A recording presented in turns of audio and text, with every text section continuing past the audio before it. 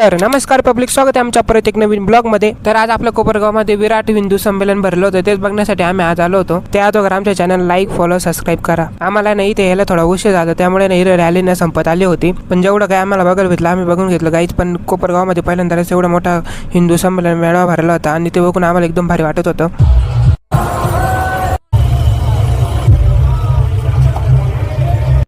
काका